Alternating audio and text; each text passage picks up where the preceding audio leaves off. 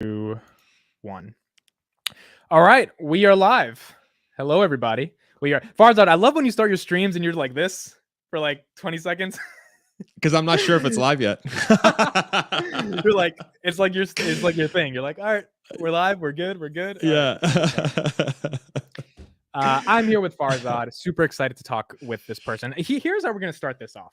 I think, and what I've learned over the past year of creating content on the internet, is that all of us as content creators are essentially forgettable within, I don't know, a year, 2 years, maybe a couple months, maybe. Like, what we do is we're creating content for the internet. We're giving people a satisfactory moment of escapism at the end of the day, no matter what type of content it is. And maybe we're relevant in the future. Maybe we're not relevant in the future. You've got people that do multi-$100 million movies that are irrelevant a couple years later. So given that premise that I think is objectively true, that all of us at the end of the day will be irrelevant, what I think keeps you relevant if you're creating content is the community you build. It's quite literally those couple hundred people, and if you get really big, right, a couple thousand, maybe a couple million people that So genuinely care about you through every facet of your life. So I want to pose the question to you.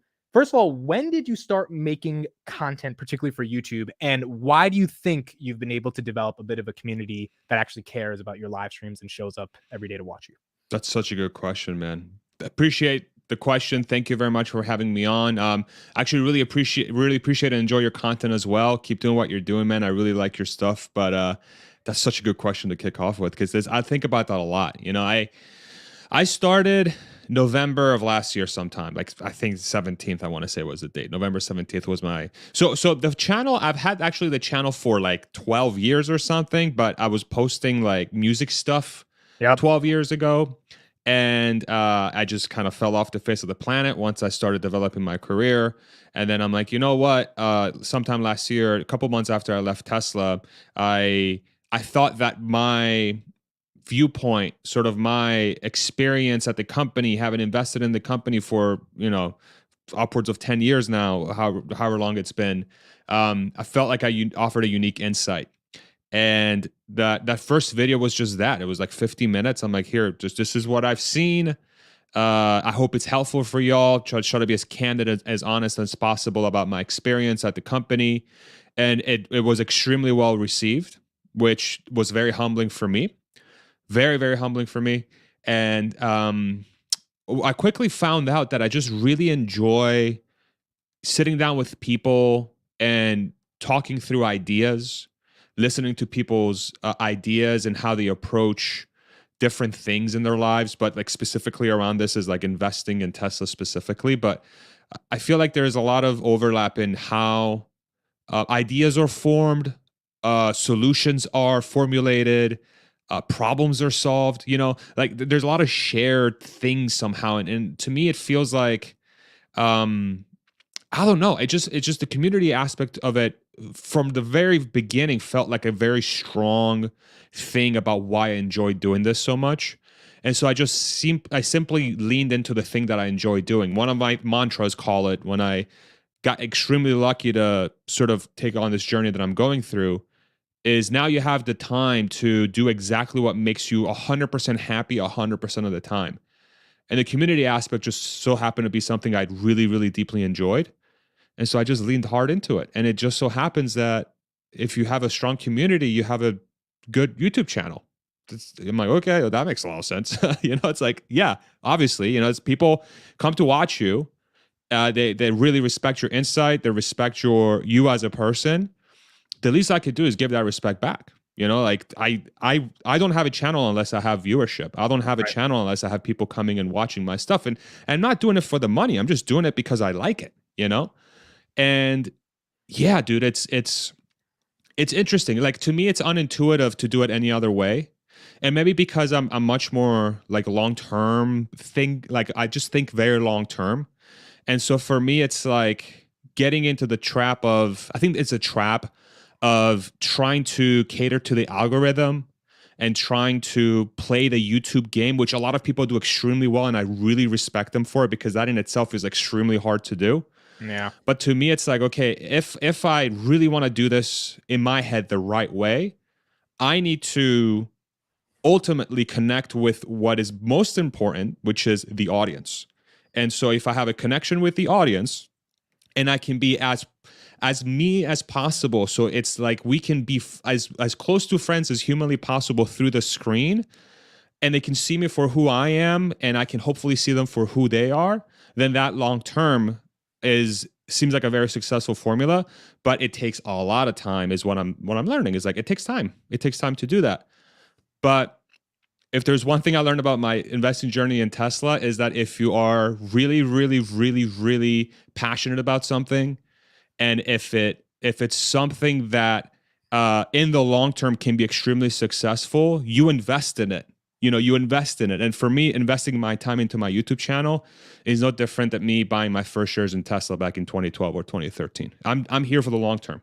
I'm just here. I'm here to see how I can bring the most value to the people as much as humanly possible through my investment with my time into my community.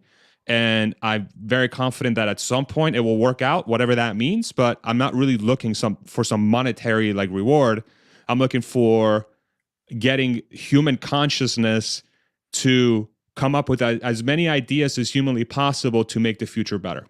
And that's how I'm approaching my YouTube channel. That was a really long answer, and I'm really sorry, but like that was a really good question. So I had to That was a great unpack answer. it. Okay, here's another question. When you posted that first video, I believe it Yeah. was I worked at Tesla. Here's what I learned. Yeah. And it did well. Was the reason to keep posting videos because the first one did well, or because you had innate creative ideas around the topic that you thought would also be deserved well, or was it a mixture of both? Great question. Both. It was definitely both because if the video got like 5 views, there's a world in which you're like, it's human nature. It's like, maybe people don't want this, right? Yeah. I think part of me says that would be the case. Like I post a video, and like you said, human nature is like, well, okay, cool, I did it. I put a bunch of time into it, 50 minutes or whatever it's been. It's out in the universe. If somebody finds it, great. If they don't, that's okay too. Now I can sort of like, I put that outside of me, and the universe can do with it whatever I want. I'm going to continue to figure out what my life means to me, right?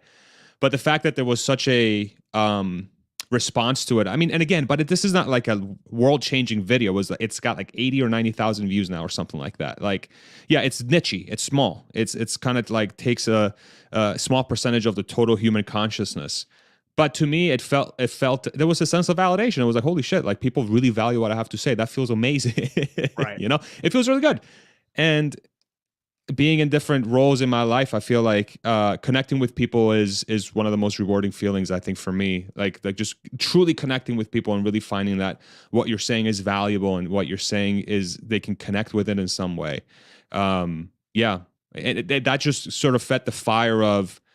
It made me more creative, I think, around this specific topic. And I started to think about, okay, what are different, how can I approach this in the same way I would approach, let's say, working at Tesla, like trying to maximize my imagination into solving whatever I'm trying to do.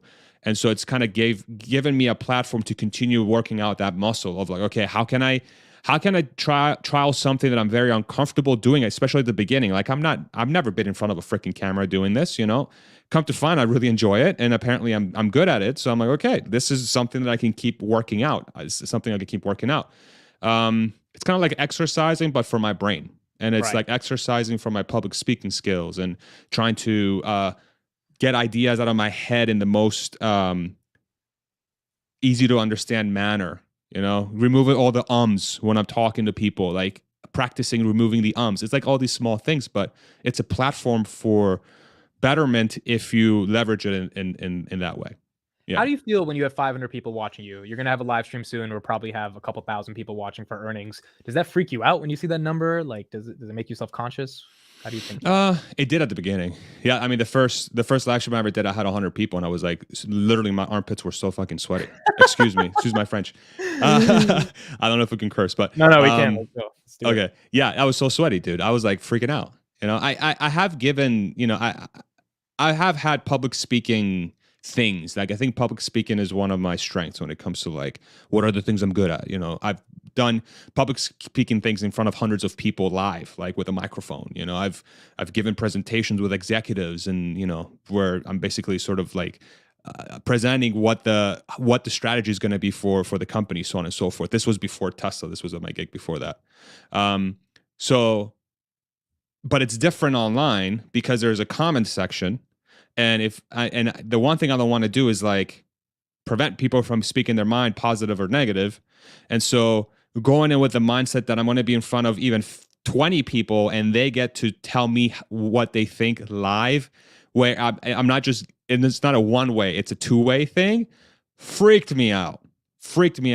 But I have this thing where if it makes me feel uncomfortable, I lean into it because that's where I think there's opportunity. Like the thing I always told my people is like, feel comfortable, feeling uncomfortable was like one of my big things for developing teams. And when you feel uncomfortable, that means that you're learning. That means like you don't know what you're doing, right? And so there's a lot of insecurity in that. You should lean into the insecurity and vulnerability because that's how you actually develop different skill sets. That's how you become more well-rounded. So initially I took it as, okay, I feel really uncomfortable, so I'm going to lean harder into it. And now as the numbers get bigger, like after 200 or 300, it doesn't matter if it's 300 or 3 million. I feel like it feels the same because it's like at some point, the comment section turns into like just a freaking, thing that just keeps going. You can't even read the comments at that point. So you're like, all right, cool. So this is just a scrolling thing on my screen. I'm just going to assume that what I'm saying is connecting with people, and I'm just going to keep doing it. And it's just a number on my screen, So at first it was super scary, but I've become much more used to it over time for sure. I agree. Yeah. Artist here in the chat says social media communities are clearly filling the gap that was served by churches, temples in the past. It's all about a feeling of common purpose and higher mindedness. Yeah, it's really interesting, man. Having a couple hundred people show up and care about you as a person when you're just a one person guy talking to your camera. I mean, it's something I've been fascinated with, and I think the world's only going further to that over the next decade. I agree. As people try to trust things. So Quarantine Quartet says Kanye won't stop staring at me in your background. Yeah. So for just a little bit of background, this was a tweet that was liked by Elon today, I think, and I just found it was there's actually it's like them, like it's the different social media companies that they're starting. So one of them's Truth Social. The other one is, Parler. I think Kanye just bought Parler, and then Twitter. Elon's buying Twitter or X. And so I was like, okay, this is freaking hilarious. So I'm going to use it as my background today. So nothing else. There's no message here. It's just a funny tweet. That's all it is. Yeah, I love it. Given everything that's going on, it's crazy. Okay, so Tesla. When did you work there? When did you start working there, and what did you do when you were at Tesla? Yeah, so I started in July of 2017. I was there for a little over 4 years. I left in September 21. And initially I was brought on, so by title, I was an inventory control analyst, but really the way they hired me is like, okay, so like I started working at the warehouse at the Bethlehem location in Pennsylvania for the company, but it was basically a supply chain role. And it was by title that position, but they really wanted to bring me on to help them sort of develop their business intelligence suite for the distribution network of the company. Started with the US. It really started with just that building, and then it became the US, and then it became global. So what ended up happening is that warehouse, that little warehouse in middle of nowhere, Pennsylvania, essentially became for a period of time the hub for distribution for the company, essentially. And what I was tasked specifically to do was to work in analytics and BI and developing tools that would help operations run as smoothly as possible. But then I did a lot of process development as well. I did a lot of mentorship, leadership. Industrial engineering. I did quite a bit, and that's one thing Tesla was really good at, was like asking their folks to wear as many hats as humanly possible that they could take on. And I was really fortunate to have access to a lot of different things that I could help solve, which really helped develop a lot of my skill sets in very many different facets. So as simple as pulling an Excel spreadsheet that could help us identify something, to coming up with an entire process for the warehouse that would make us 2 to 3 to 4x times faster over time. So so you started working there in 2017. When did you start investing in Tesla? 2013, December 2013.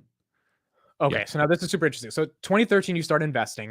2017, you're still there. Until 2019, 2020, there's not really this astronomical run up. So I guess the next question there is, for those 7 years, 4 of those years you're working there, how are you thinking about the stock and holding Yeah. it and dealing with it until it has its crazy run? That's a good question. I was part of the very first run up. So back in December 2012, excuse me. December 2012 was when I first bought the stock. And then so I was part of that March or the May, that quarter 2 earnings release where it went from $30 to $180 pre-split, like Wow. back in the day. It went from like a $5 billion stock to like a $50 billion stock. So I was part of that very first run up, which allowed me to first buy my first house, which was pretty wild. So you must have Uh, invested a decent amount in 2012 to be able to cash out, right? I mean, like it was like total of like $10,000 or something at the time. But when And the so company goes from $30 to 180, that's a down payment. it's a down payment. you Yeah. know, so Yeah. it's transformational. It transforms your life quite a bit. But then there was a time period between say 20, like you said, 2014 to like 2019, 2015. That was just a lot of this, a lot of like sideways, up, down, up, down, up, down. It was very challenging. It was a massive exercise in trusting your research, knowing that you have done everything you can to identify that this company is not being viewed properly by most people because of a belief in the leader, the fact that their product is so much better than everyone else's, how future the vision towards the future that the company and the leadership had. And this was before I joined the company. And then once I joined the company, then it just became so solidified in me. I'm like, okay, so the things that I thought were true about this company, I'm at the company working now, it's not only that, but then some, because then you have the variable of the talent that Tesla's able to attract and the passion that that talent has. And then you're like, holy crap, like this company's filled with the smartest people I've ever worked with. It's filled with the smartest people, with the most passionate people I've ever worked with, the hardest working I've ever worked with, the most like imaginative, creative people I've ever worked with. And everybody's like working towards this huge common goal of making this company succeed, especially during those crazy FUD 2017, 18, 19 fear, uncertainty, and doubt times that a lot of the media was super negative on the company and whatnot. Felt like you were going to war in a sense, a little bit, like you're going to like prove a lot of people wrong and you're getting beat Did you down like every that? single. The feeling of going to war? I do. Yeah, I did quite a bit, but it sucked really bad. It's Yeah. not easy, it sucks. I only liked it because we were winning. I'm not so sure. I'm not so sure I would have liked it if we were losing, Yeah. Like I knew we were winning before we quote unquote won and the company went, ballistic. Especially from a valuation perspective, because I could see the company was growing internally. I couldn't talk about it because I'm like, okay, like we're like literally doubling. Like holy shit, like this is really happening. It's 2018, 2019, but I can't come out and write a thing that says, hey, this is what's going on inside the company. I'm freaking bound by an NDA. Like that, you can't do that. It's Right. just you go to jail. But I saw it and I'm like, okay, that gave me so much more conviction. So during those times where we were working extremely hard to make this thing as successful as humanly possible, and I could see that we're winning, and then the outside world wasn't agreeing with us, I'm like, okay, like this is going to be freaking awesome once we get there, That has to So be a unique. It's like knowing something the rest of the world doesn't know. Having yeah, your capital invested in that, and it's like having a winning lottery ticket that is probably going to hit, and the rest of the world thinks your lottery ticket has the wrong numbers. 100%. And it didn't really hit me that was the case until I literally had friends and family. Like I would work, 12 to 16 hours in a day, just so tired physically and mentally. I come home and then I have texts from friends and family that says, did you read this article? I really think you should sell your stock and leave the company because I don't think you're doing the right thing. So imagine working your ass off, then you get like beaten down by your friends. Like they're looking out after you. I get it. Like they're doing what they think is the right thing, which is amazing. I'm very happy that I'm surrounded by those people. But then at the same time, that this is going to work. Like you're not, I shouldn't say the word no, but you're very, very confident that this is going to work out. And so when everything's going against you, it truly feels like you're in a little bit of like bizarro world, because you're like, okay, like I know it's obvious. It's obvious that all they need to do is get the Model 3 to be profitable. And if they have the most talented people in the world, if they have the most creative problem solving in the world, if they have this thing set up so that once that thing is profitable, they're going to generate a ton of cash, and they have the one of the most like game changing leaders in the world in Elon that's like building this culture in the company, and then they have this investing community around them, this fan base around them, this product, it can't not work out. It has to work out. All the pieces are there. It's just such a, like, it's never happened before though. Like that's why so many people were doubting it. It's never happened before. And now that it has happened, what's hilarious to watch is that you're seeing the same exact sort of dynamic around future products that Tesla's going to have, like full self-driving and the bot. You know, there's so much doubt. And I'm like, guys, we did this already. Like, we've gone through this. This is like, come on. Like, we've gone through it. And this is not as, I would argue, it's not as hard as getting a car company from scratch to where it is now, like with bits and pieces of technology that no one has tried before. You know, like you already have a foundation, you have the talent, you have the money. Do you really think that these guys are not going to figure out full self-driving and the bot? Are you serious? Like, and I get it. Maybe I'm being a little too passionate and facetious here, but I get it. I kind of get it in a sense. But so let me ask this question. First, let me read this comment from Chris. Both of y'all look like you could have been my Uber drivers from LaGuardia. Hell yeah.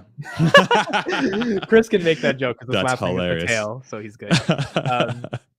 Let me ask you this question. Let's say it doesn't go the way you want it to go. Let's say Tesla does not become a $1 trillion company. And let's say 2018 to 2020, there's no real run up in the price.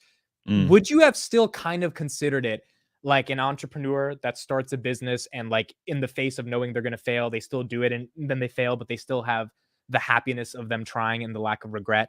Do you kind of feel like that would have existed here if Tesla didn't become the thing you wanted to become, or it's still in that process, but you believed in it so deeply and you went all in because of that belief? Would that have any remorse for you, even if the financial upside didn't exist? Zero remorse. No, because the friendships I've made through that experience have been insane. You know, like I have one of my best friends now is somebody I met at Tesla. Some of the people that I really respect work at Tesla. Some of the people that I've enjoyed mentoring the most worked at Tesla. So even if it didn't turn out into this like incredible financial sort of like freedom lever that I pulled in a sense, it's fine. It's fine. I wasn't really doing it for the money in the first place, to be honest. Like I don't. If I was doing it for the money, I would have never worked at Tesla because I took a giant pay cut to join it. From a salary perspective? Yeah, I took from a salary perspective, like my all-in compensation was less than what I was getting paid at my current job at the time. I was a director at a $1 billion company. You know, I was on the way to become an executive for the company. The stock they gave you justified you taking the salary cut. Long term for sure. Because in my head, I was like, okay, it's worth this much now.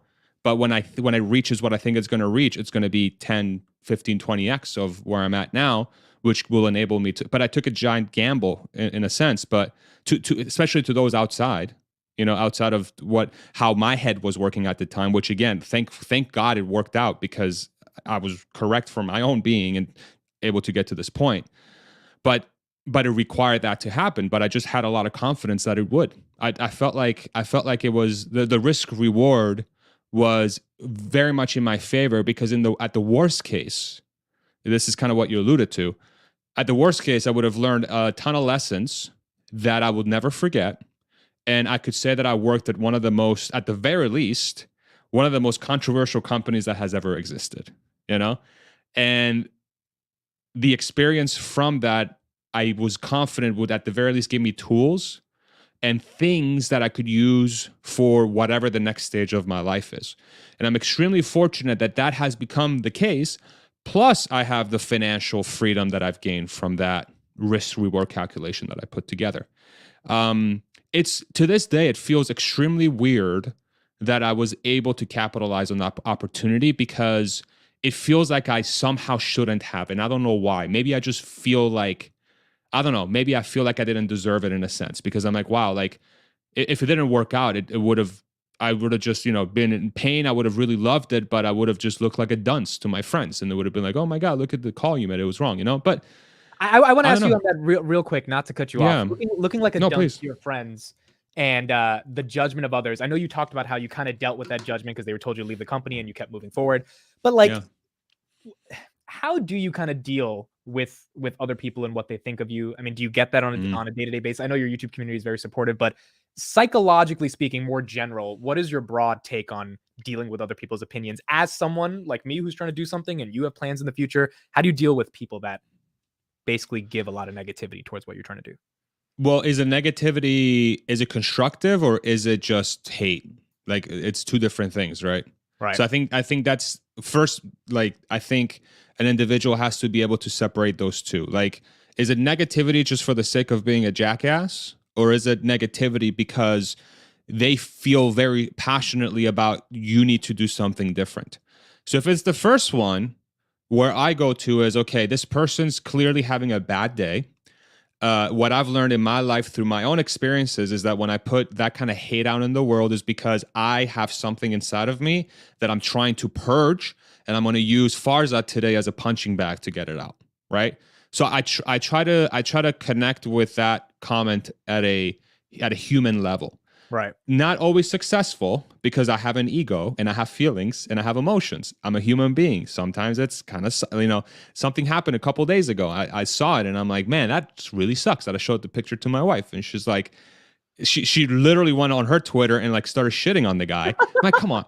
And then like a couple minutes later, she deleted it. I'm like, I shouldn't have done it. I'm like, yeah, you're right. I shouldn't have. But then, but in my head, I'm like, okay, I try my best to say, okay, this person's having a bad day. Like they're going to regret it at some point. This is not who they really are. And if they're just hating me for hating me, that just means that I'm doing something right. Because literally every single person that has ever done anything right in the world gets hate. That's just what happens. That's how human beings act. Cool. Then the second one is if I'm getting negativity that is actually trying to be constructive, but it's actually hurting my feelings, but I can tell it's being constructive. I try not to view it as something that's putting me down. I try to view it as something that's being actual feedback that I should analyze without emotion and feeling and try my best to see if this fits within my vision of what I'm trying to do. And then if it fits within that vision, then I have to sit down and figure out, okay, how do I make this thing happen? And how do I make this thing work? Like a perfect example, I oftentimes get comments that are not necessarily negative, but they're like, hey, like you really need to stop making these long videos. I don't have time for your stuff. I want to listen to you, but I don't have time. I don't have time, you know? And in my head, I'm like, well, I'm doing this because I love it. And the people appreciate it. There's some people that appreciate the long format, you know? And then, Right. but then in my head, I'm like, okay, so it's valid. Like the reason why they're saying that is because they want to watch me, but they can't. They don't have enough time. Like that should take that as a huge compliment, and I do. So then stuff like that, I try to see, okay, how does that fit within my vision? Does short form content or shorter form content fit within what I'm trying to do? Is it something that I enjoy doing? And I go through the math. And if for what I'm trying to achieve, if that pans out, then I'll invest more time in more short form content. But where it always ends up for me at the very, very least, at the very, very like end, at the root, is if I'm not having fun doing it, I'm not going to do it. Right. Period. If I'm not having fun doing it, I'm not going to do it. So if it's negative feedback that's trying to be helpful, if I'm not going to have fun doing it, sorry. And so I move on. And that helps me move on very, very quickly because I'm like, okay, I'm not having fun. Sorry. This is my channel. And the end, I'm doing this, I'm doing this because I'm having fun. And I'm eternally grateful for the people that watch along with me. But yeah, that's how I think through those things. There is separation though, because sometimes you do get negative feedback that feels bad and it emotionally hurts you. But there could be some nuggets in there that you can use to get better. And that has happened too, Right. especially with like my thumbnails and other things that I do. Like I got some feedback that I'm like, man, that's kind of sucks. But I was projecting my feelings onto the comment. If I just read the words, then it was actually extremely good feedback. And I took it and I ran with it, It's hard. It's freaking hard. That's one of the hardest things about YouTube. And I think in this attention economy, having people at least say your name is what matters, regardless if it's good or bad. Because it's competitive, man. Trying to compete for attention, I think, and it's only going to get more competitive over the next decade as more people come online. We've got 3 billion people that are going to want to express themselves, going to want to post videos, going to like it makes the audience bigger, but it makes the race for attention even more competitive. Right. How did you feel in 2018 while you were working at the company when Elon said he wants to take it private? Let me see if I can go back to that time in my head. At that time, there was a ton of hate. So much hate. I was supportive because I felt like at that point I'm like, okay, Elon clearly knows what's best for the company, and if he feels like going private is what's best for the company, then I support it, you know. And Right. if we go private, we go private. Cool. At least we'll stop getting these daily hate things that come up on the company and Elon and whatever's tied to the mission. This just constant attack, that sort of like distraction that kind of weighs on your mind over time a little bit goes away. And at least for me, I had trust that Elon, as a leader, really would use this to get the company to where it needs to be. And all of us would benefit from that as well, from both a career perspective and long term from a monetary perspective as well. So I don't know. I trusted him to make the right decision. It was really weird because even him going through that take private tweet already in itself was extremely controversial, and he got slapped in the wrist by the SEC because of it. Yep. But for me, it was like, okay, so the guy just has a vision for it, and I get why he's doing it. So yeah, let's do it. And that was generally the feeling inside too, that everybody I talked to, I think everybody just trusted the guy. They're like, yeah, he just knows what he's doing. So we're just, if he does this, cool, let's go do it. Like, we're passionate about the mission. Let's go make it happen. We'll be right there. So he didn't get to take Tesla private. A company that he probably is going to take private if this all goes through is Twitter. Right. I want to know where you were the day he made the $44 billion offer and your first initial reaction, and then we'll get to how your reaction has changed over 6 months. So it was what, like a couple of days after April Fool's, right? Yeah, it was Wasn't it like right around April 5th, 2022. Yeah. I don't remember where I was. I just I remember seeing the tweet and being like, okay, makes sense. I was like, okay, makes sense. Like, you were always on Twitter. You've talked about free speech. You've talked about existential things that could prevent humanity from continuing forward. You've been vocal about how this is important, like this sort of the free speech thing has been important in the past. Makes sense. And as a pseudo marketing arm for everything that he does, makes sense, you know? So I was excited. I was excited for it because this is the person who is incredibly good, and this is one of his underrated talents that he doesn't get enough credit for, in my opinion. As good as he is as an engineer and a leader and whatever else you want to tag for him, what he's really good at is building teams. Yeah. Tesla does not succeed unless it's filled with a bunch of freaking badasses, you know, of which I was probably the least of them, to be completely honest. There's so many freaking badasses at that company. And you can't have those kind of, SpaceX, perfect example, another one. Like, they don't exist unless you have a bunch of badasses. It just doesn't. It collapses. You can't have something that advanced and that good unless you're extremely good at building teams. And so where my head naturally goes to is, okay, cool. This company now, you're going to have the best talent possible building really what's going to be a state-of-the-art social media company that's going to do God knows how many different things in the long term. And a lot of people are going to get to experience that for the first time. They're going to get to touch and feel an Elon Musk company or service, you know, of the 21st century. Very few people have access to that. Very few people, like a lot of people just hear about the awesomeness of Tesla and Elon and SpaceX and all this stuff. But a gigantic percentage of the population still haven't been in a Tesla. They don't own a Tesla. So this will be like the first time that people really get exposure to what it means to have an experience with the creme de la creme of products and services. And even though, you know, Elon's part of the story, he's only like less than a fraction of a percent of what the work that actually goes into building those things. It's the teams that make those products and services, you know? So I was extremely excited. And I am to this day. I was bummed when he was initially trying to back out, but then like, you know what? This is a negotiating tactic. There's no way he fully backs out. Like they're trying to work this out, and I'm hoping this gets closed by next week sometime. You know, I'm hoping before the date. I think October 20th is when the judge set the date for them to try to figure all this stuff out. I'm hoping by then it gets figured out, and then he's able to take this thing and actually take it private and make it when he wants to make it. I think it's going to be great. Honestly, I really think it's going to be great. So Twitter has about 237 million monetizable DAUs, daily active users. You've obviously used the product. You developed a following on the product. Elon has half of those people following him, and he wants to get it to 1 billion. What are your general thoughts on Twitter as a platform? I know you tweeted the other day. I think I want to create a platform to discuss ideas freely and openly, regardless of how controversial, in a thoughtful yet direct manner. And some of the replies were like, "Isn't this Twitter?" And obviously, I think I kind of got your point. It's like, no, this is not really Twitter. Where do you see the future of free speech going under an Elon-led Twitter? And from a business side, do you think they can get to 1 billion people? Because if 1 billion people access a product he made, that might even have a greater impact than Tesla to some extent. Yeah, I think they can for sure. I mean, and the reason why is I actually see a comment that's interesting that kind of fits into what you just asked from Bacon Bombs. Yeah, how do you feel about Musk's ambitious timelines always being missed? It kind of fits within that realm, and that's a really good question.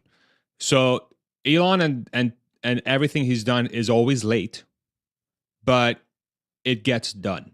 He actually has a very, very good track record of execution, especially on things that truly, truly, truly matter. You know, and I can say this because I was within the company and I saw I saw these internal timelines being set for things that we had to get done that got hit, and every single one of them was late. But it's sort of like a different mindset. It's like you're not really worried about hitting a time. You're worrying about completing it all. Most things don't get completed fully. How things usually work in the real world is you have a timeline and then you complete the thing for the sake of hitting the timeline, and then the thing you've built doesn't get used. Because it's a piece of crap. Because you haven't given it the time and the attention and the love it deserves. Yep. Whereas Tesla is the opposite. They set a time just to set a time because they're trying to get people fired up. And then when you miss, you're like, well, why did we miss? Oh, it's because it's not done yet. Okay, finish it. And then you keep going until you get it done. It's a very different psychology. Deadlines are extremely overrated. Extremely overrated. And that's one thing that I've learned. And I think you can probably associate to this as a business owner yourself, is like, you can set up as many deadlines as you want. But in the end, if the thing doesn't work, who cares? Yeah. Like the priority here is to get it to work. So when Elon sets a goal of 1 billion users and whatever other goals he sets for the platform, yeah, he's going to get it done. It will get done much later than people think it will, but it'll get done. And he has a track record for it, in my opinion. So yeah, I'm confident it'll get there for sure. Okay, full self-driving. How bullish are you on this actually becoming the bull case, which to me, the way I've understood it is people are freed up with their time and productivity, which enables orders of magnitude levels of productivity because they don't have to waste their time driving. And the bigger thing is it's a safer experience than our human monkey brains trying to drive a Tesla. Do you really believe this is the future globally in an AI driven world, given the advancements we're seeing in AI? There's a company called Stability Diffusion, I believe, that raised $100 million today, seed round, because it's like they made a competitor to DALL-E. And so AI is moving exponentially. How do you think of full self-driving over the next decade? Yeah, it gets done for sure. It gets done for sure. I think by the end of next year, we'll see full self-driving fully operational as a driverless solution in some jurisdictions, like maybe 2 or 3 cities in the country. Maybe like, I don't know, pick 3: Miami, LA, maybe San Francisco, maybe Austin, Cruise is over there right now. Yeah, exactly. So in limited jurisdictions, within the end of the decade, I can see it being available in probably every, call it, developed world in some way, shape, or form. It's probably not going to be like everywhere, because you have to ramp up the units. You don't have enough cars in the world to be able to do that. But yeah, it gets done. 100% it gets done. There's way too many resources and work that's being done by the company right now for it to not get done. Like it's a solvable problem. It's 100% a solvable problem. It's a very hard one. It's a very difficult one, but it's solvable. And they have the talent to do it. You know, I mean, you've probably heard me talk about the other points too. Like, this is kind of where it fits, is like, I've seen how the sausage is made. These guys and gals are the biggest badasses you'll ever meet. they'll get it done. They'll get it done. So, and it's already made a ton of progress if you really think about it. I had full self-driving, the beta, before it got rolled out to the public. I had it as an employee when I worked Mm, at the company. I had one of the very early ones. From that build to where it is now, it's like 100 times better. Is it where it needs to be? No, not yet. But every single time they have a release, there's improvement. There's improvement. It gets better. It gets better. It's gotten to the point where I'm very comfortable putting it into the most ridiculous situations because I feel like the car will figure it out most of the time. And when it doesn't, I intervene and I send the data to Tesla so it can get done. This seems like the perfect way to solve the problem. you know? So yeah, I have very high confidence it gets done. And once it gets done, it will be transformational, completely transformational, because you now, to your point, you've opened up this variable where people can now use the space that they would typically use to transport themselves from point A to point B as a place where they can do whatever they think they need to do or they want to do in that space instead of driving. So, and then that means that the interior of that vehicle can be fully customized for those needs, which right. completely changes the paradigm of what transportation means. Right. It's exciting. It's incredibly exciting, and it's a bold vision for someone to take that on. And it's also like it's one of the most unique business models I've ever seen. You make a bunch of cars, sell a bunch of them, put cameras in all of them, and you get proprietary data every single second on what those cars are doing that's good or what those cars are doing that's bad, and then you use it to train your intelligence models to make the best possible full self-driving product you can. Yes, sir. Um, so I want to transition to the bot now. What were your general thoughts after seeing the AI day and so a lot of people called it stupid, a lot of people called it transformational. Where did you fall on that line? Transformational for sure. I'm pretty sure my YouTube video was called after the event was called "This was transformational." Oh, it was. Maybe that's Pretty where I got the sure, word from. maybe. Yeah, it was great. So the biggest thing that stood out to me was that Tesla, as per usual, is never afraid to show their hand and show it fully, and dare everyone else to copy them or uh, to ask them to try to beat them. You know, I would make the argument that they're already well past where Boston Dynamics is from a robotics standpoint, because what Tesla is trying to solve is actually useful. Boston Dynamics is a company that should be celebrated. They're phenomenal. They're extremely good and very talented. I'm not going to sit here and tell you or somehow make you feel, and anybody that's watching this right now, that I can somehow make a better robotics company than Boston Dynamics. Hell no. They're filled with incredibly talented people. But what Tesla does a really good job at is they identify what are the things that need to be solved for things to be 1,000 times better for people, and they are doing that with a human or robot. Whereas Boston Dynamics, to me, it appears much more tech demo-y and much more limited in what it's trying to solve. Tesla is trying to solve physical labor with a one-stop shop solution, and the way they're doing that is by a robot that can just be a human, right? It has hands and it has fingers and it has opposable thumbs, and it can see and it can move like a human, fit where a human would, and act like a human would.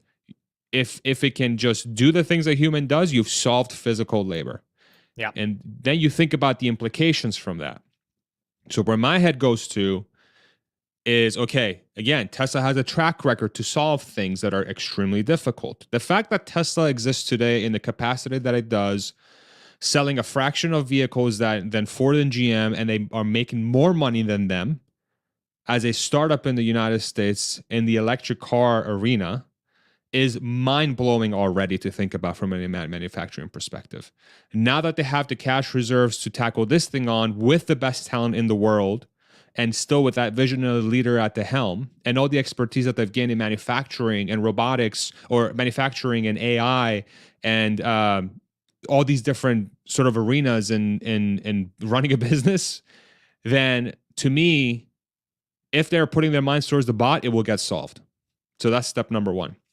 So once the bot is solved, now you're going to have a thing that's probably going to cost around $20,000, and it's going to have a suite of apps that people will likely be able to download for the app: laundry app, dog walking app, grocery app. I don't know how they're going to do it exactly.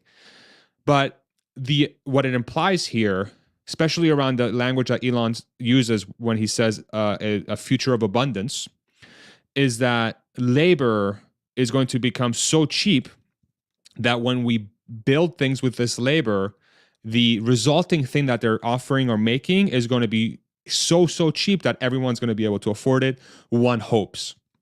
So this completely really just upends what it means to have an economy in a sense. If you can hire a person or a thing that can do your task at a fraction of what you usually would, unless you are going to keep 100% of the profits to yourself, which could happen, right? And this is something that I've talked about a lot on my channel, is that, hey, we need to talk about this because this could happen.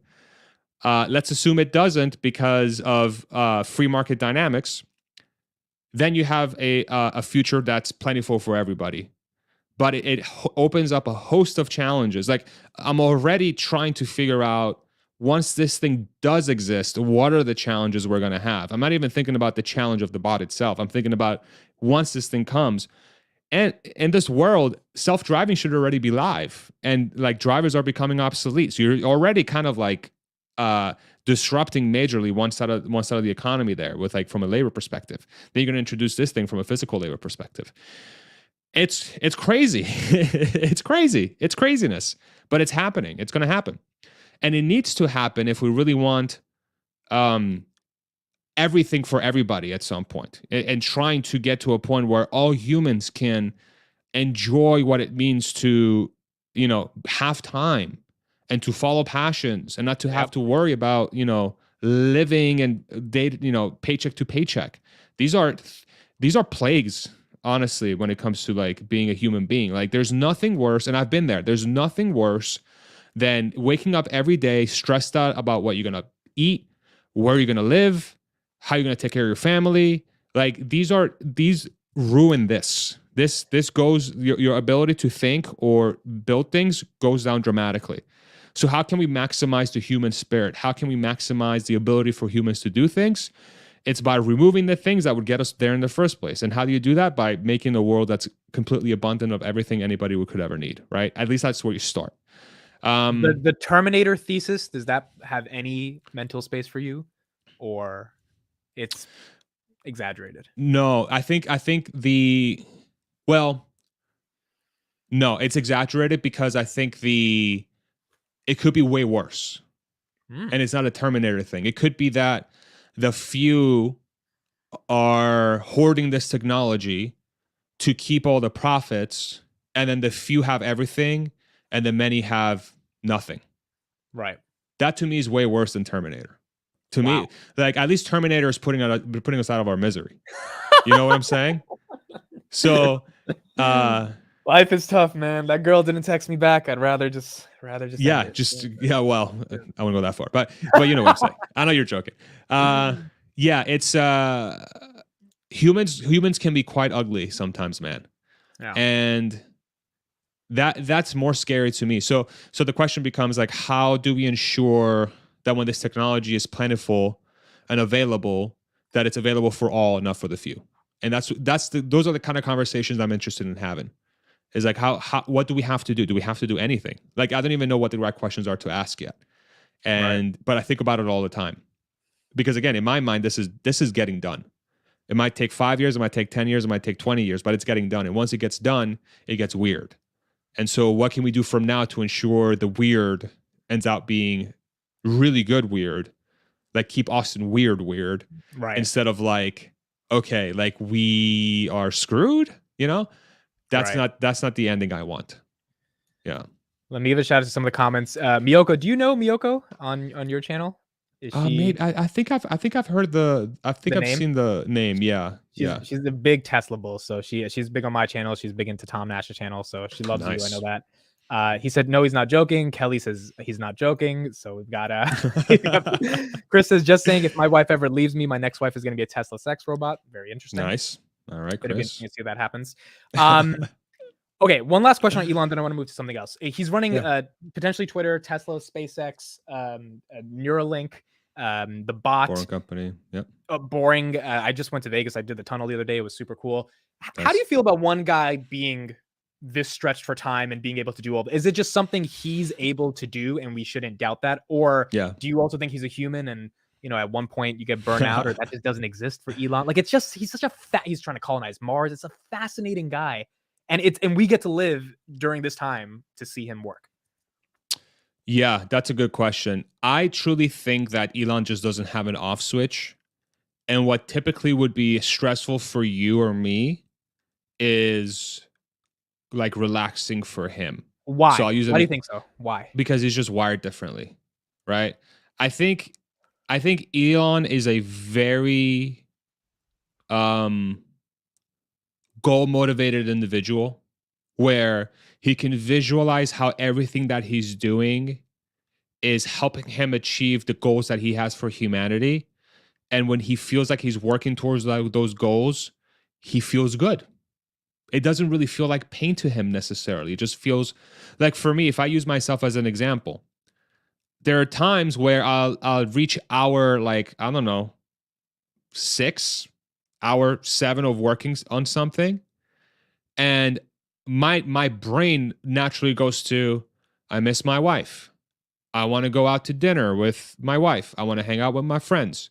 I would love a beer right now. I want to go watch some YouTube. I want to go on the Mit's channel and see what kind of shit he's talking with Tom. You know, I want to play some chess. I want to play my guitar. I don't know. Like, there's a bunch of different things, right? I don't know how Elon's brain works, but there has to be a thing where the hour at which that comes into his brain is at hour like 18.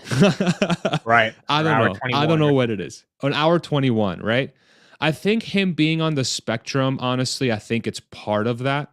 I've had the pleasure of working with a few folks that have been on the spectrum, some of which are my friends. And the one thing that's always sticks out to me is that not only are they the kindest, most passionate people that I've ever met, but they are just so freaking focused on the things that they like doing.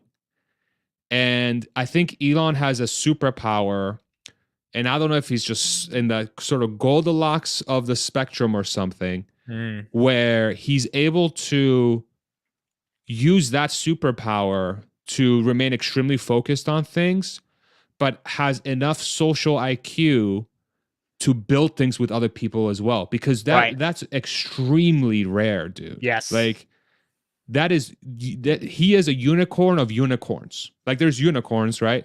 Every organization has like the top 1% that can do like 50%.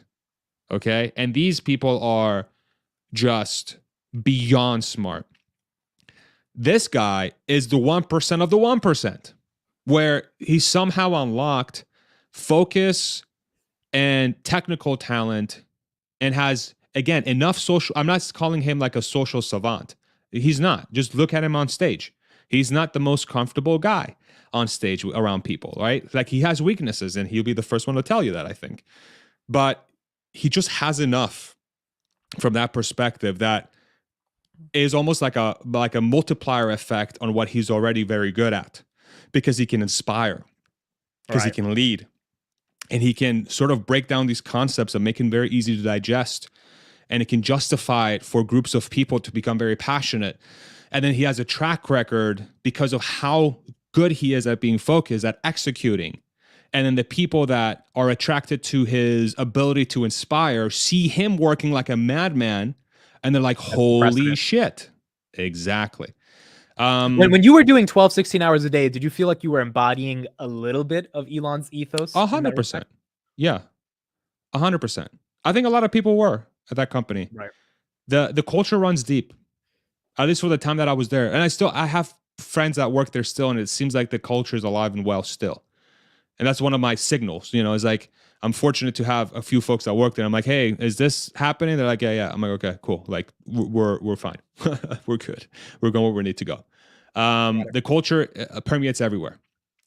And what I think it totally comes from him. Now, what's cool about that is that he's sort of building out a leadership team that is also doing that on his behalf as well. Otherwise, you don't get to a point where you have 100,000 plus people working at the company. It kind of falls apart at the seams, you know?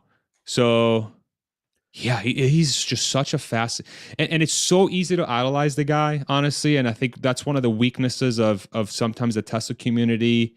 There's a very small number of folks, but he gets idolized, and these are good people. Like these are good people, but um, he gets idolized because of just how exceptional he is.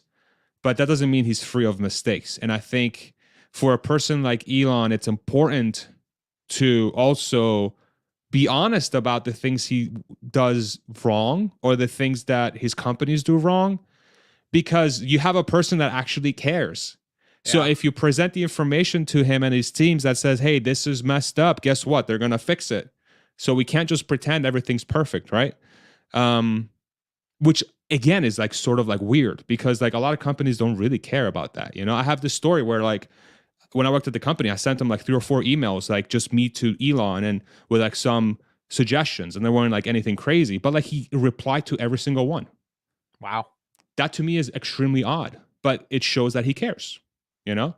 And I almost printed the first one and put it on my wall. I'm like, oh my God, Elon replied to me. But I'm like, okay, wait. All right. This is extremely cool, very, very cool. But he's just a guy. He's just And a that very was your only talented guy. time directly speaking to him through the email? Yeah, just the emails. Yeah. Okay. I've worked with people that have worked with him directly, and but I've never had the pleasure, let's say, to meet with them, work with them directly. So, he's fascinating, man. Very fascinating. Yeah. Okay, last question on Tesla before a couple questions on life. Tesla stock, high level, undervalued, overvalued. What do you see going into earnings? We don't have to get super nitty gritty into. I know you made a bit long video today, but do you think they beat earnings tomorrow, and do you think it is undervalued in the macro? I do think it's dramatically undervalued. I think especially if you're looking at the forward PE. So if you're looking at like 2023, I think it's at 34. If you look farther out, it's like 20s. So I just think it's beholden to the macro. I think the macro is going to dictate how companies perform. It was cool seeing Netflix after hours today pop like 15%, right? Nice one. So that tells me that the market may have priced in a little too aggressively for the downside. And so if a company beats, it could beat, like the stock could react more than people expect. But I'll set aside the quarterly stuff for now for a second. I think 3 to 5 years time, Tesla is going to be probably generating at least $50 billion a year in cash. You know? Yep. This is nutty. This is bananas numbers. And they're still going to grow at least, call it 30 to 40% per year from that point forward. With a growing SaaS business and full self-driving, software as a service. Okay? Right. Crazy. But at least as far as tomorrow goes, I have it at my EPS estimate is $1.18 adjusted. So that's breaking out if you work back in stock-based comp. I think consensus is 102. So it's a pretty significant beat. I think it does beat. I think the Forex stuff is challenging right now, but I think a lot of the cost improvements they put in place are going to start kicking in. Some of the price increases they've had is going to start to kick in. It's a record quarter from a deliveries perspective, so that's going to mean record revenues. So yeah, I'm hopeful that it has something similar to what Netflix did today, but we'll see. How much of your portfolio is Tesla? 100%. Wow. Yeah. And those shares were bought within the past couple of years. 2020 shares, 2012 shares. So I have 2012 shares. I have 20. Yeah, I mean, the 2012 shares are not that many, but like I have as early as 2015, 2016. Most of my shares are from 2017. Wow. That's where most of my shares are from. Yeah. Now your entire. I'm assuming your life savings or net worth isn't in the stock market. You have things that are separate, but the stock market portfolio is. That's correct. Yeah. Yeah. Most of my net worth is kind of like split evenly between real estate and Tesla. Yeah. Got it. Yeah. Okay. A couple of questions about life. We're going to transition to that because I know you're an interesting guy and I want to talk to you about this. Friedrich Nietzsche, he's a philosopher. I don't know if you're too familiar with him. He said a very profound quote: "Without music, life would be a mistake." And I think about that in a lot of different ways. He was a philosopher that ultimately died. He kind of went insane. And his thesis was that kind of the most powerful thing in the world is music. To me, I think like the second most powerful thing in the world is music. The first most powerful thing in the world is yourself. It's a little bit narcissistic, but Nice. music is one of those universal things where you get someone like Michael Jackson that can sell 100 million copies of something. You get artists on Spotify getting 50 billion streams every couple of years because they can have replay value for their music. You know the guitar. I've always wanted to play the guitar, but I never ended up putting the time to learn it. How do you think about music as a construct that relates back to humanity in and of itself? That's a great question.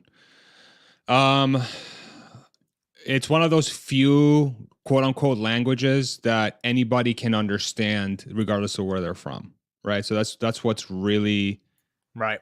has always connected to me. So like when I listen to a song, have you ever listened to a song and it comes to a moment in the song you just get goosebumps? Yes. You know, you just 100%. get like everybody feels that, you know? And it could be a song without any lyrics, it could be a song with lyrics. That stuff moves me a lot. I get emotional just like thinking about it. And playing the guitar is like, for me, is trying to replicate that feeling a little bit because, you know, when I first started playing the guitar back in the day, I was 14 years old. I'm 35 now. So it was like over 20 years Oh, ago. wow. It's been a while. It's been a minute. That's the first time I actually thought about it in that term. So I feel fucking old. It was just to get girls. All right. I'm just gonna play Really? That's what guitar started because with it's music to get girls? hell yeah, dude. I was like, I'm gonna go. I play guitar and I'm cool. You know, people are gonna date me. It's gonna be great. I was so awkward, Did it dude. help get you the girls? So it actually helped me. What's funny is the only time it helped me was kissing, having my first kiss with my now wife, which I think is very like poetic in a Oh, sense. yes. Like it took about like 15 years or whatever it's been to like kiss for the first time, you know, my now wife. So And that's the only time it's helped. the music helped that happen.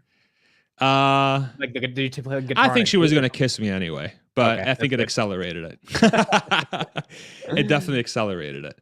But I think for me, that's how I started initially. Is like, okay, this is very vain. Like I was just a hopeless 14-year-old, super awkward. I just moved to the States, you know, I from Spain. I didn't know, barely knew any English. I'm like, okay, I need some tools to like try and attract the opposite sex because I'm like a raging hormonal mess and I'm super awkward and I don't have any game and I don't even know how to speak the language and I'm shy. I feel like the guitar is going to help me. But then what I learned through like playing guitar is like it's sort of like it was very challenging to learn. But then I realized that when I could like nail down a riff that I really wanted to learn and I could play it, then those same feelings, I got those same feelings from it, that sort of those goosebumps and just this feeling of like, I don't know, peace or something. I don't know how to describe it. Just I felt so connected to it. And then from that point, I'm like, okay, this is the greatest thing I've ever felt. Like I need to learn how to get better. And then that was around the time that I started listening to Metallica, and then I became obsessed with Did you that teach band. yourself? How did you learn? Yeah, I teach myself, taught myself. Yeah, But yeah. YouTube was around that time, or how did you So I learned through tabs? tabs. Okay. Yeah, so there's this guitar or this website called ultimateguitar.com. And so I would listen to a song. So it was mostly Metallica at the time that I listened to. So I would, you know, I started with For Whom the Bell Tolls, you know, da da da da da, and then I would learn that. I'm like, okay, how do I do that with the ship? I go on the website. There's the tabs, and then I line up my fingers and I play along. And then over time, you get better. You practice. And now I just learn by ear. I can just hear the notes and then I kind of know where they go. So I just put it together. If it's kind of difficult song, I have to go look at the tabs. But yeah, and then it just turned into this thing where it really made me maybe very happy, you know. So yeah, where can I watch you play? So I have some videos on my channel where I play the guitar from time to That's what I was time. gonna say, yeah. At the end of the videos, I was thinking about like putting out a cover at some point. Like I want to cover. She's asking my favorite genre. So metal is my favorite genre. So my favorite bands are Gojira, Metallica, Opeth, Megadeth. Sort of those bands are my jam.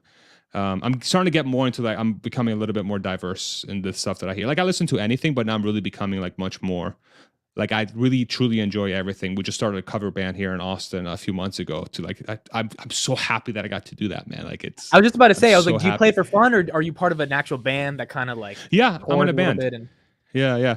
We actually have our. It's funny. So I completely forgot about this. We actually have a YouTube. Our band has a YouTube called Chad City. That's the name of our band. It's Chad City. I'm gonna Uh, look it up right now. and yeah. So if you want to go check out our stuff, it's on there. We have our first setup there. I think we played Sweet Home Alabama, Use Somebody, Are You Mine, and Don't Stop Believing. That was like the set list. Pretty sure our bassist was out of tune for like half the gig. Yeah, that's it. That's us. Look at me. I'm on the left there. Yeah. Wow, Yeah, dude. this is amazing. Yeah, that was our first gig. Yeah, the fact that you Yeah, get to dude. do this, obviously, after being, after being financially free, I mean, it just goes to the point of how amazing it is. I feel so blessed, dude. I feel so lucky. I feel so thankful, dude. Like every morning I wake up, I'm like, fuck, I can't believe I get to live this life. What's Honestly, your morning like routine? I wake up, I take a piss. First thing I do. What? Uh, and then I make coffee for my wife and I. So I started this routine where after I stop working, I'm like, okay, I need to find something. So I have grounds, I have like actual coffee beans, and I grind them up every single morning. I make the coffee fresh. I have a Chemex pour over. I grind the coffee up. I put it in the Chemex. I do it This is poured. It around takes like 7 a.m., 15 8 a.m. minutes. Like between 8:30 and 9:30. Okay. I get up sometime between 7:30 and 8:30. I don't have an alarm. Um, that's the one thing I sort of like. My body feels best if I actually get good sleep, and I find that alarms just don't. Like I hate waking up sooner than I have to, and this is such an insane thing to say. Like because most people like I get it. You have to get up at a certain time, but if I'm gonna have the luxury of like making my own schedule, I'm gonna fucking lean into it. Okay, so I don't have an alarm. Typically, I fall asleep around like 11 anyway. 11:30 ish. I'm in bed until like it's between 7:30 8:30. I wake up, use the bathroom, you make myself and my wife coffee, and then I sit down with the iPad and I start my day. What I've really been trying to incorporate before that, and I'm trying to experiment with that, is I think I have an issue with not being present. Honestly, I'm like too much in the phone and like in the internet and whatnot. And I find that when I take time to myself to really be present and not be so connected to the internet and whatnot, I just feel better mentally, and I can just have more energy. Honestly, like mentally, I can be much sharper, especially over a long period of time. So I want to do like a walk and a stretch. You know, a 30-minute walk, 30-minute stretch. I would love to do that after I say I use the restroom, get some water, 30-minute walk, 30-minute stretch, make the coffee, then start my day. But that's the coffee part of it in itself is a very like ritualistic, and it like helps like ground me to what like, hey, you're alive, you're in your house, you have a wife, you know, like these are great, amazing things. Enjoy them, right? So, but I can do better. I can do better for sure. Yeah. Chris says, "What's your background?"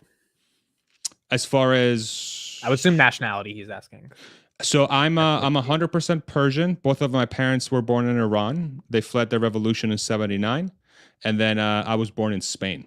So I lived there from '87 to '99, and then our family moved me and my younger brother to the States. We lived in Jersey for 3 years, and then lived in Pennsylvania up through 2020, and then I moved to Austin a couple of years ago. And are your parents still around? They're still here. Yeah, yeah, they're still How around. have Yeah. they interpreted a lot of the success you've had over the past decade? Oh man, great question. Are they? I guess here's the question immigrant kids have to answer. Are they Yeah, proud of you? oh, yeah, yeah. And I feel it, and that's like the best feeling in the world. Because you know how immigrant parents are, bro. Like, it's definitely it was tough for them to get used to the idea that I'm not gonna like quote unquote work anymore Yeah. because I'm here. I made it happen, and I have a thing that I get to like experience now.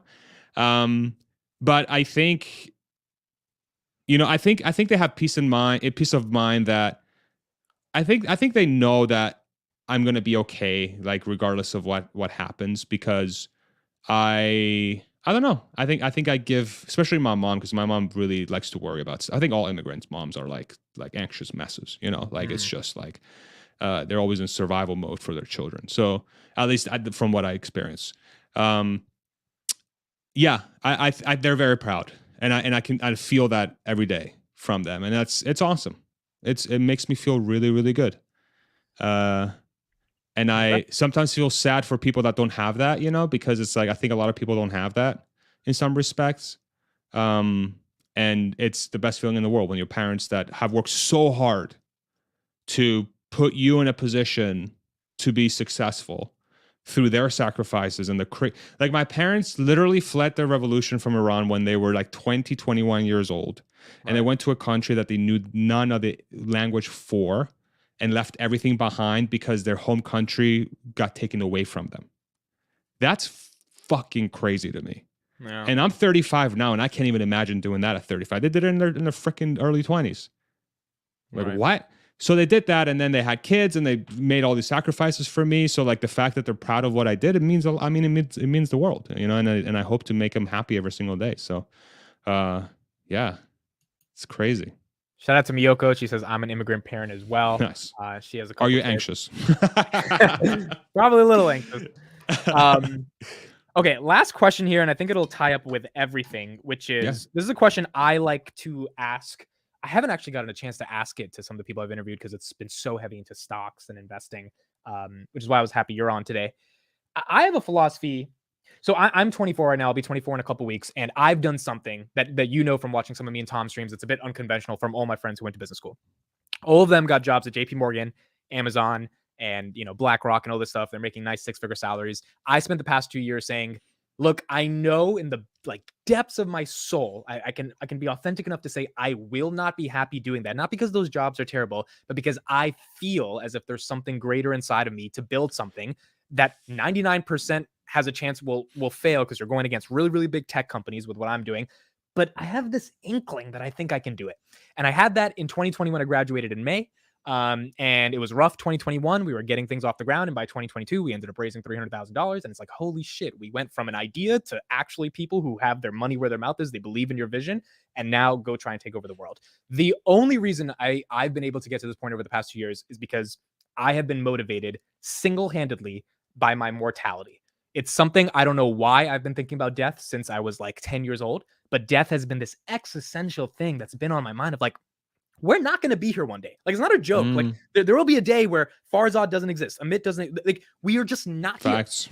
And whatever you believe in, Yeah. religious or whatever, you can believe there's an afterlife, you don't know at the end. You cannot be 100% sure. And it might give you comfort if you think you're 100% sure, but at the end of the day, no one's 100% sure. And so if all we have is the here and now, this moment, to me, at when I was a sophomore, I realized, wait a second, no, I don't care about any of this shit. I want to go build something. I want to create something. I want to be different than the rest of the people in business school because I know, and I've been validated over the past couple of FaceTimes I've had with some of my friends making six figures that they fucking hate their job. They hate Yeah. themselves. They're miserable, and they really want something to invigorate their soul. Yeah. And I gave up the past 2 years of having a really good income to have the time and opportunity to build something to invigorate my soul. All that to say, my question is, how do you think about death? Damn. Wow. Dude, this is one of the best interviews I've ever seen, by the way. Like you do such a good job. I just want to give you props. I appreciate it. You're really good at this. Seriously. Um, I just love how honest and like just not afraid of being yourself and asking the questions you are. And I can feel the authenticity, and I really respect it. Well, So and the reason I yeah. wanted you on the channel is because I know that you're not just a Tesla guy. You have elements to your personality that are differentiated. It's I see it in your tweets. Some people stick on brand and they only tweet about the stock, and then there's other people that are like, hey, I'm going to a music festival today. What music do you guys like? I respect And that, man. and the independence you've created for yourself based on what you've been able to do leads me to think that you also think about life as being greater than just work, which leads Yeah. me to the question of how do you conceptualize the end of life and how does it influence the current Yeah. moment you're in? No, I really appreciate that, man. Thank you. That's very super sweet. Thank you. Um so I've had a journey with anxiety that um made me very afraid of death. I had time in my life where like 2 to 3 years, like how long was it been? Like 4 or 5 years ago, where I had a panic attack that literally I thought I was gonna die. Like literally, I thought I was 100% convinced I was gonna die, and it made me sort of really conscious of the fact that death was a real thing. Can I ask And why for you were gonna die? Was it a physical incident? it Was was it a physical feeling. Yeah. So I'll give a little bit of maybe like a very, very brief backstory here. I was on a travel with my friends for a wedding. We were in South Africa. It was like 9 days. It was so fun, but dude, my body, I was drinking, smoking cigarettes, bro. I was not sleeping. I was completely run down. Come back, my body's already in shambles. And then like the second day I'm back, completely jet lagged, body's beat down. I'm gonna start going to the gym at 5 a.m. Cool. Took a bunch of pre-workout, went to the gym, and I could just like my body just started going, like all these alarm whistles started going, and then I end up on the floor hyperventilating. I couldn't move my arms, my eyelids were closed. My heart rate was just going so fast, super loud. Literally felt like I was having a heart attack and dying. Turns out I hyperventilated because I had way too much caffeine in my system and my body right? was run down. But then what ended up happening is I had a lot of like this feelings of like that I was going to have a heart attack and die. Like I was dealing with that for like 2 to 3 years because that I sort of had a PTSD from that experience. Yep. So I was very afraid of dying for a period of time there because everything I did that would elevate my heart rate felt like that moment, which was like really fucked with my head. And then so I almost became a hermit because going in my car and driving around made me anxious to the point where I was almost having a heart attack, right? So it was a very challenging time in my life, but I overcame. And how I many years ago overcame. was this? That was in 2018, so about Oh, it 4 was years recent. ago. It was recent. Yeah, it was relatively recent. Yeah. And it was challenging. So that really gave me I started thinking about death truly around that time. I didn't really think about death before. It was more like I just really I'm passionate about building things because I want to make a big impact to the world and I want to build things that matter. I want to do things that matter. And now ever since I went through that experience and overcame and I have a video that I did about anxiety on my channel like which people have talked to me about that has helped them sort of go through their journey. So that means all the world to me because ultimately that's what I do. I want to do is I want to help people. Um, for me, death is like it's a guarantee. Everyone's gonna go through it, and I'm much in the same sort of mentality as you that at some point all of us are gonna die, and the last thing I want to do is to have opportunities to live my life in a way um where I would have no regrets when Right. I die. And Right. so if I have opportunities in front of me that I can capitalize on, or I have things in front of me that I could work towards or make happen that I'm fortunate enough to have, then like unless I do those things, I'm not gonna be like I just know that I'm gonna be on my deathbed. I'm gonna be like, fuck, like I should have done that thing. So that's And what I obviously, always look for. not having regrets means that you have to go through a lot of uncomfortability and obstacles Fuck yeah. because that's the whole point. People do Yeah, have regrets because the price to not have the exactly. regrets is a lot of, and you just feel Exactly. the benefits of the lack of regret outweighs the cost of going through those. Bingo. And that's why my mantra of feel comfortable, feeling uncomfortable dominates everything that I do. Because that's ultimately what it comes down to. Is the only way your body has a way of telling you that you're doing something that you're learning in by you feeling uncomfortable because that's how feelings get sort of like brought up. Is like you almost have to embrace like people say like corny shit like embrace the pain when you're in the gym. It's so true. like you don't just magically start loving being in pain. Pain becomes something that you pursue because it's growth. It's something that's moving you towards a thing. Now, the very important thing in that is that it can't just be that 100% of the time. One of the things my wife has really helped me with is like there also has to be a semblance of balance in your life.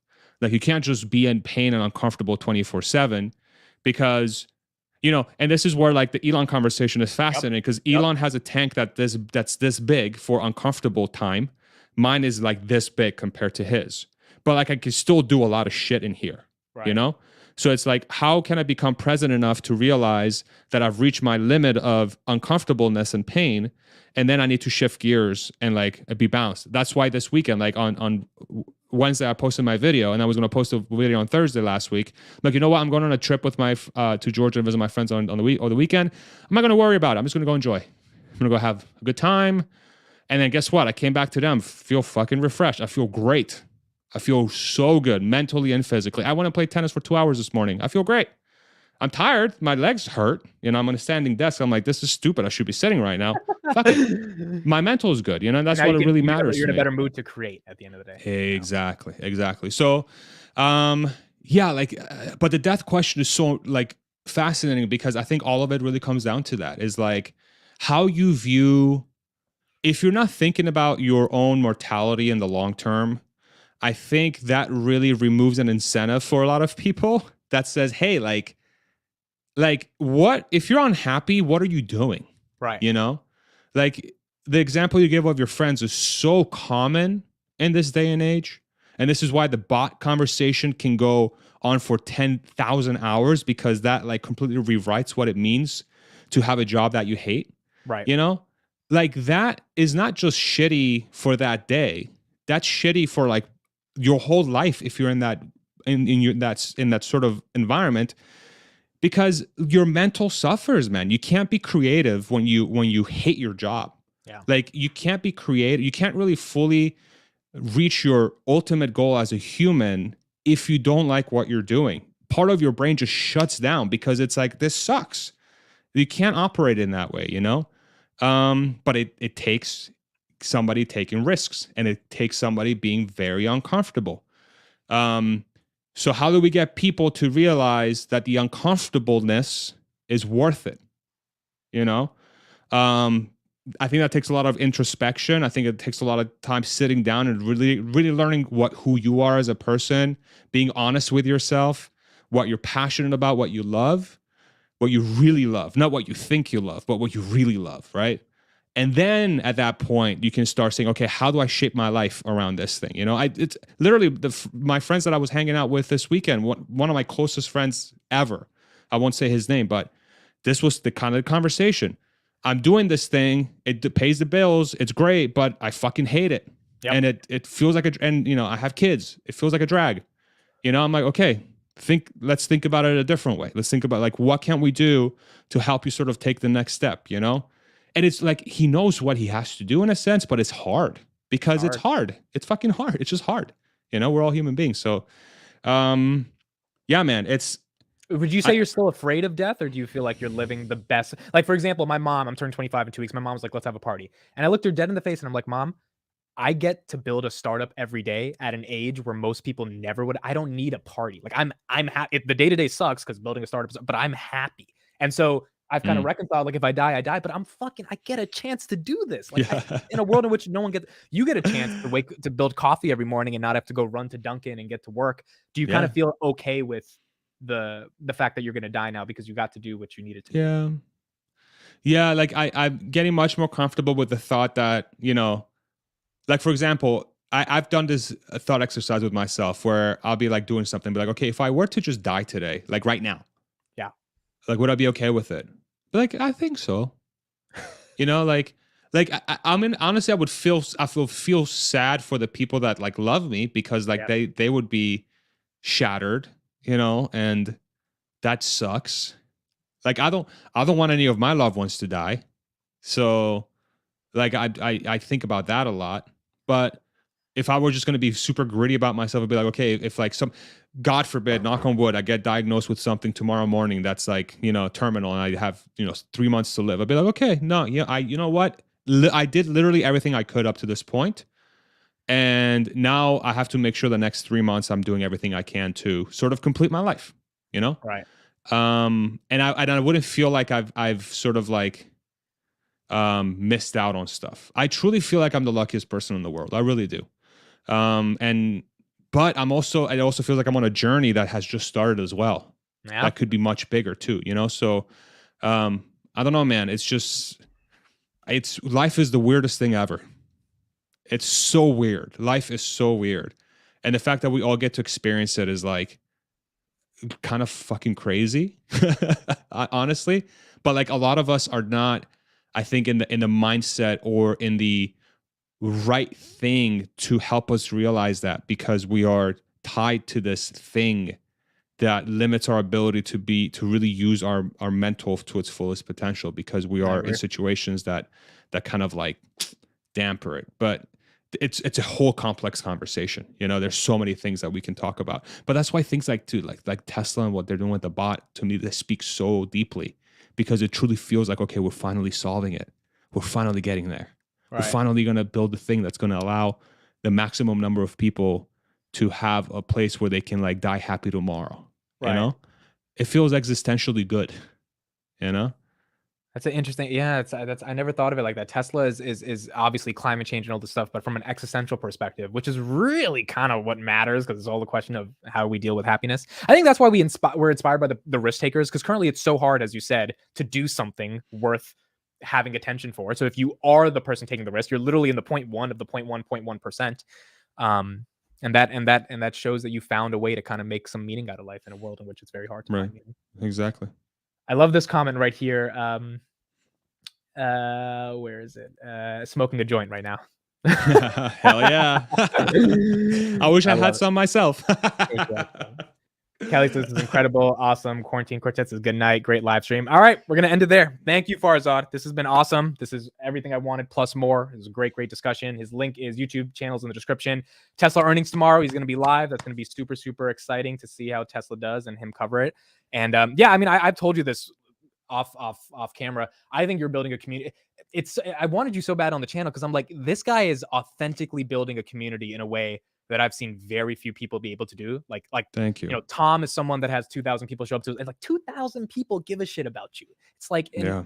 it's hard. I think the barometer of if you're a creator that has a community is, do people show up when you're live? I think that's the real barometer, because when people want to be with you, when it's just a talking head, which at the end of the day is boring, they could be watching a million other things, but they care about you. It's a big deal, and I'm so excited for where your future is going to go, because Thank you, man. It's going to be a good 10 years. Thank Thank you, you for being brother. on. I appreciate it. I appreciate you, man. Thank you for the incredible questions. Thank you to your community for being so awesome.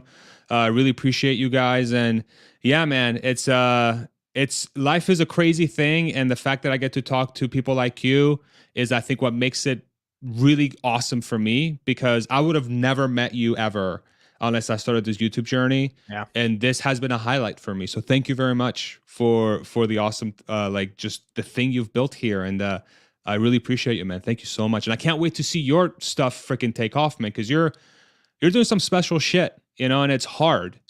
And it's so hard. And it takes balls, and it takes a lot of risk to make it happen.